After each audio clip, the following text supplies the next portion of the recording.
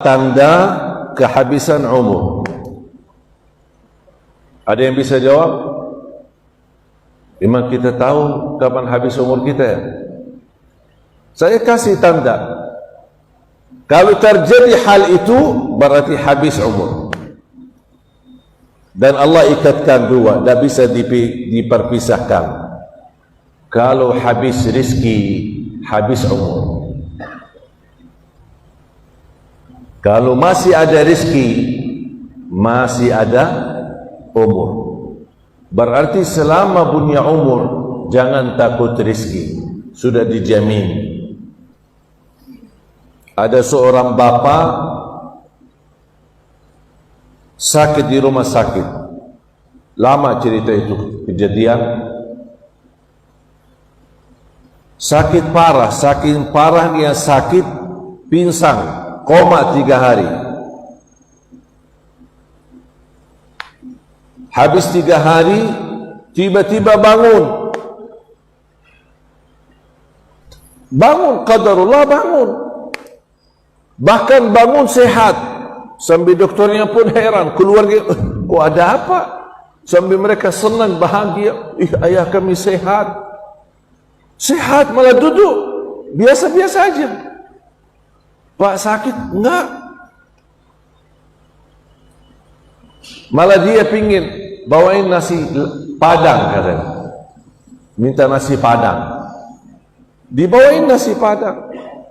Habis dia makan, bismillah, sudah cuci tangan, aman. Anak mau istirahat, tidur, mati, meninggal dunia.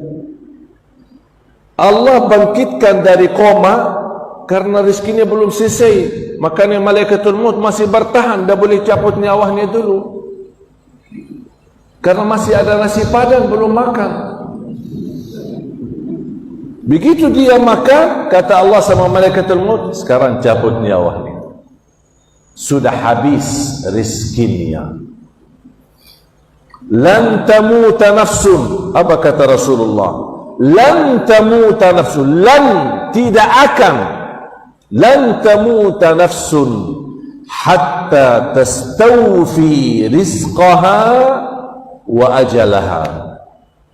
Tidak akan jiwa pun boleh mati sebelum diselesaikan oleh Allah rizkinya dan ajal. Berarti rizki sama ajal tidak dipisahkan.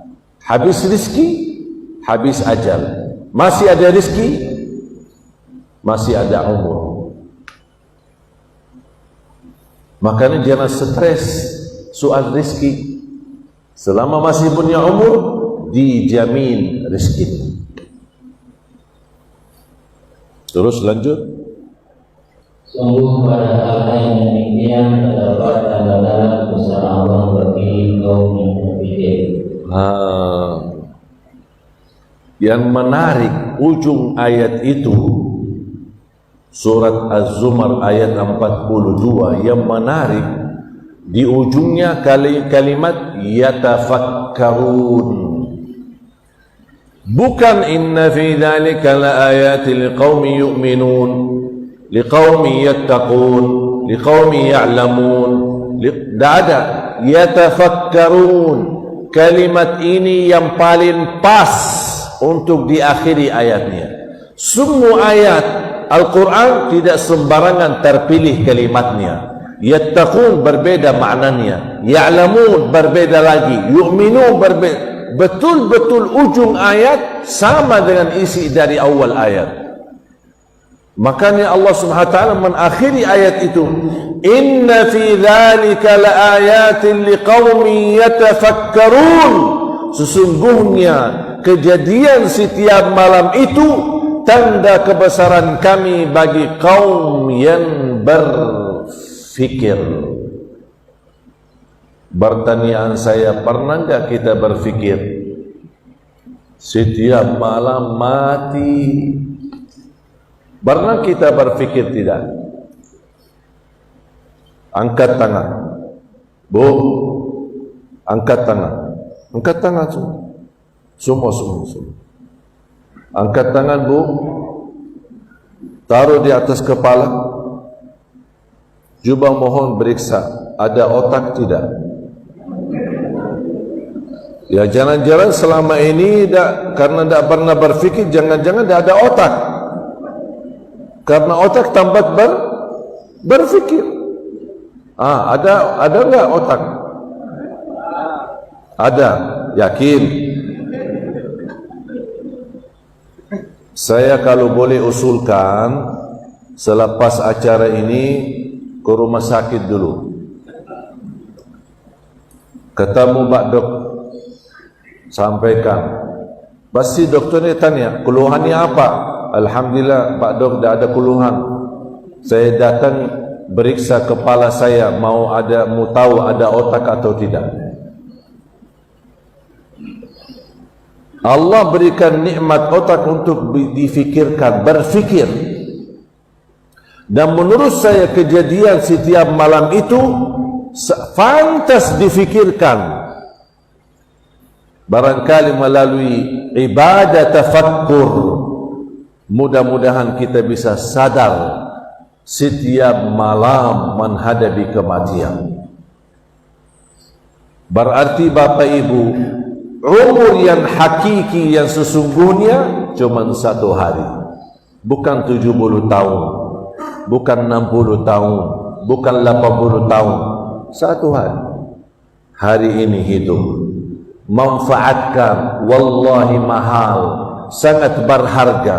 Manfaatkan, beri yang terbaik. Yang terbaik sedekah, yang terbaik ibadah, yang terbaik tahajud, yang terbaik baca Quran, yang terbaik silaturahim, yang terbaik akhlaknya.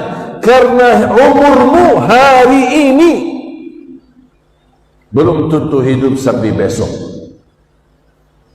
Begitu bangun tidur, berarti masih punya umur, manfaatkan lagi hari itu, karena tidak ada kemungkinan bisa hidup sampai besoknya. Itulah orang mukmin, tidak pernah berfikir besok karena tidak ada jaminan. Kenapa banyak orang stres? Karena terlalu membebani fikirannya, fikirkan besok, padahal itu belum tentu hidup sampai besok. Bagi orang mukmin, hari kemarin muhasabah, mohon ampun segala kesalahan dan mohon diterima segala kebaikan. Besok bagi orang mukmin tidak difikirkan.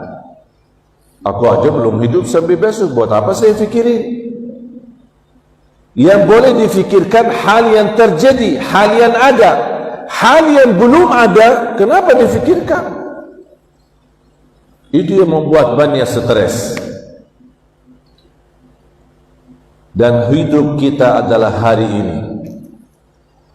Manfaatkan, hidupkan dalam segala kebaikan, maksimalkan. Cari dunia sungguh-sungguh, cari akhirat pun sungguh-sungguh.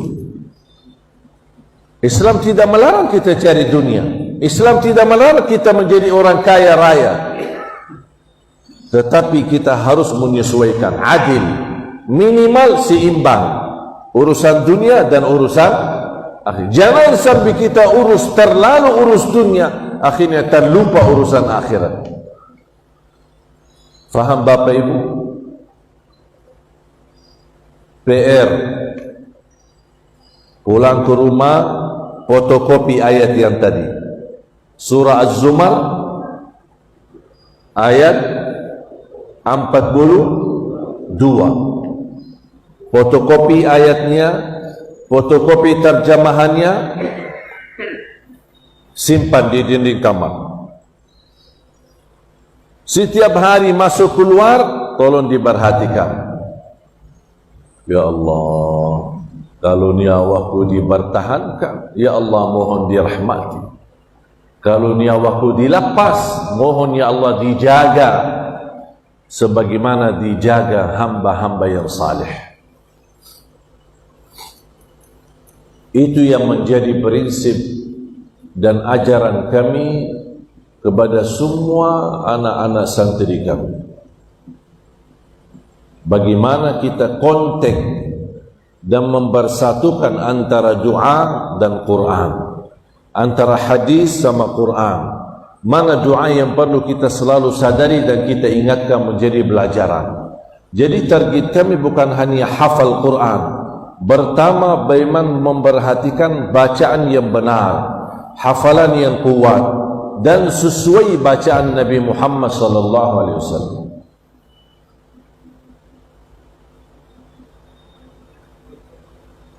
Tidak pernah kami memperhatikan atau terpengaruhi dengan suara yang indah. Suara indah itu bagus, tapi tahap jauh, tahap yang lebih utama, huruf, bacaan, ucapan itu lebih diutamakan. Membaca Al-Quran dengan benar, dengan baik itu wajib. Menghafal Al-Quran tidak wajib.